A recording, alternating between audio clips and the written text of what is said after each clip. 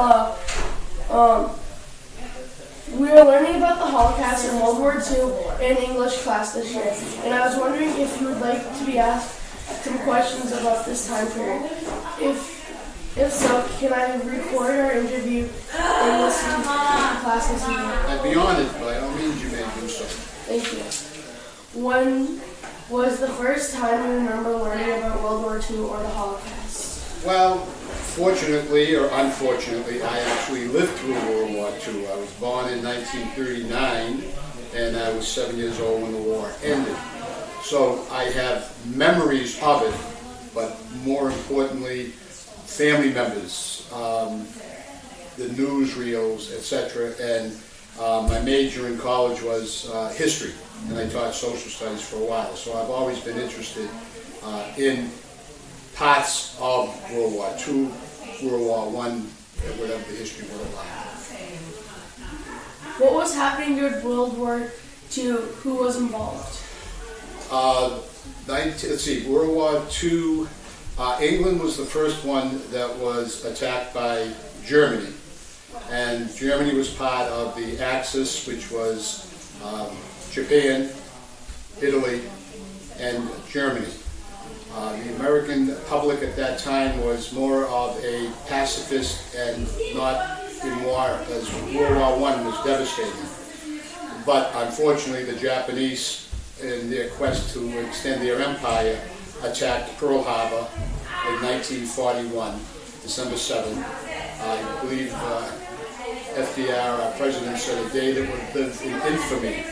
So as a result, Germany declared war on the United States a short time after. So America was fighting the European theater as well as the Pacific theater. We were fighting the Japanese in the Pacific and Germany and its allies in the European theater.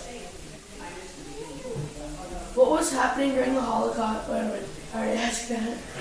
What do you think Hitler and the Nazi Party was able to rise to power in the first place? In the first place, it was something that was waiting to happen. After World War I, in which Germany fought the Allies and lost, they were devastated. Everything was taken away from them. It was said that to buy a loaf of bread would take a bushel of German marks, which is their monetary unit. They were devastated. So about the early 20s, Hitler and the Nazi Party started to demonstrate, started to do different things, and promised that they would make Germany great again, etc., etc. His party took power in the Reichstag, and von Hindenburg, which was chancellor at the time, abdicated. Hitler became chancellor, and from there forth, they were limited to what armaments they could do, whether it be ships, guns, planes. They totally disregarded that and just manufactured it. And then in turn, when he got full power, they went on a military base, and then the rest, as they say, is history. What do you think it's important for today students to learn about these people and events? Well, I think the first thing is the importance is that it happened. There are people today, unfortunately, that don't agree that it actually happened, even though they'll see footage of newsreels, even though they'll talk to survivors, even though they'll have relatives in their own family who fought it. So the importance is a lesson learned. World War I was supposed to be the war to end all wars, and within a short period of time we were back at another world war.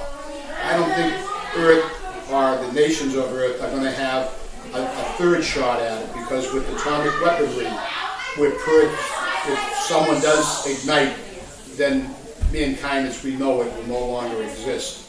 So I think that it's important that in schools it be taught, along with parents, reinforcing what has been done.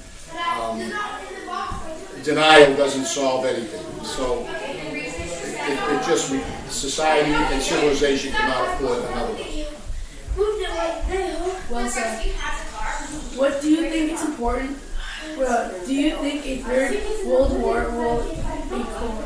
Why or why not? I'm sorry, I didn't understand the question. Do you think World War III? Do you think there'll be another World War? Well, as I just stated, I don't think that whether I want one or I don't want one is immaterial. It's that we cannot sustain another one. It's not the weaponry. I mean, when they first had wars during the medieval times, there were bow and arrows, and then the crossbow came out, and that was improvement over an archery. Weapons kept improving from single action rifles to multiple action rifles, machine guns during World War I. Now with the atomic weaponry and the hydrogen bomb, I don't think it's an option. It can never happen again. Thank you. Just one point I'd like to mention. Earlier on, I mentioned about having family members. My wife's family sent 3 brothers off to war, the Hill family. 2 did not return.